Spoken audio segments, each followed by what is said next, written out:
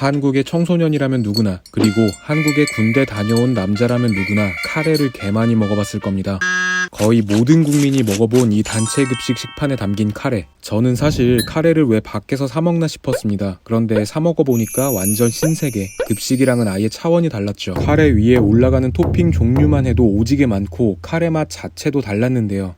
그동안 저에게 카레는 엄마가 집에서 왕창 끓여서 일주일 내내 먹어야 하는 집밥이었죠. 그래서 밖에서 개존맛 카레 먹을 때마다 생각합니다. 집 카레랑 바깥의 카레는 왜 아예 다른 요리라고 해도 될 정도로 맛이 다른 걸까요? 우리가 평소 먹는 카레가 인도의 음식이 맞긴 한 걸까요? 카레에 대한 교양만도 시작합니다.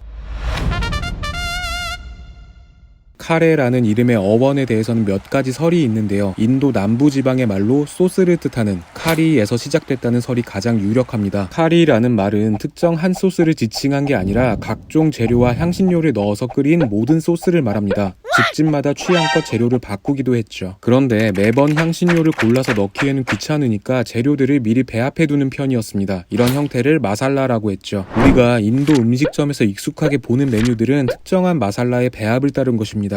예전부터 카레 하면 인도라는 공식이 있지만 사실 우리가 먹는 이런 카레는 인도에서는 찾아볼 수가 없습니다. 밥에 카레를 곁들이거나 끼얹어 먹는 카레 라이스는 일본에서 시작됐기 때문이죠. 이건 마치 한국의 중국 음식점에서 짜장면을 팔지만 막상 중국에 가면 짜장면이 없는 그런 느낌인데요. 그렇다면 일본이 직접 인도에서 카레를 들여와서 입맛에 맞게 바꾼 걸까요? 사실 그것도 아닙니다. 영국을 한번 거친 거였죠.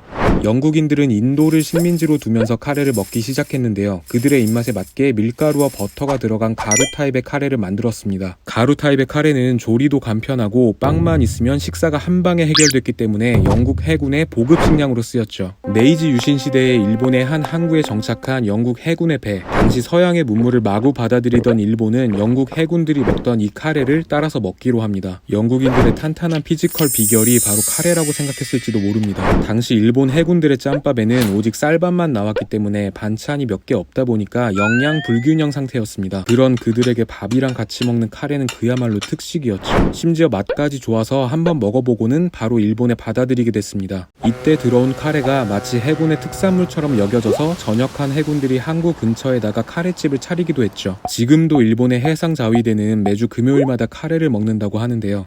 하루 종일 바다 위에만 있다 보면 날짜 감각을 잊기가 쉬운데 맛이 강한 카레를 먹고 날짜 감각을 살리기 위해서라는 일본 해군의 농담이 있을 정도라고 합니다. 카레를 들여올 당시 일본인들은 카레를 영국 음식이라고 철석같이 믿고 양식 카테고리에 카레를 분류했는데요. 시간이 지나고 나서 카레의 고향이 인도란 걸 알았지만 이미 일본에서 카레는 서양 음식의 대표주자가 돼 있었습니다. 카레의 출처를 따지기도 전에 카레는 일본의 국민 음식이 되어버렸습니다. 일본의 대중문화에서는 카레를 먹는 장면이 자주 등장하고 카레를 이용한 새로운 음식과 메뉴도 계속해서 개발되고 있습니다.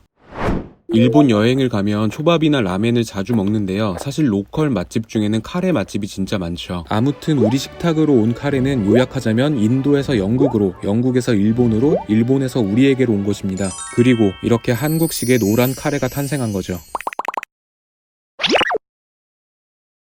우리나라에 처음 카레가 들어온 건 1925년경인데 쉽게 접하기는 어려운 음식이었습니다. 개 비쌌거든요.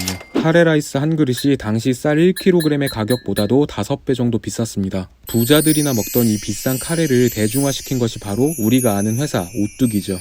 광고 아닙니다, 여러분. 오뚜기는 1960년대 후반 사업을 시작하면서 당시 일본에서 수입하던 카레를 국산화하기로 결심합니다. 그렇게 생산된 카레가 발전을 거듭해서 1980년대에는 즉석식품으로 출시됐고 점점 가정에서 편하게 먹는 한 끼가 돼버린 것이죠. 우리가 평소 집에서나 급식에서 먹던 카레의 이미지는 노란색이죠.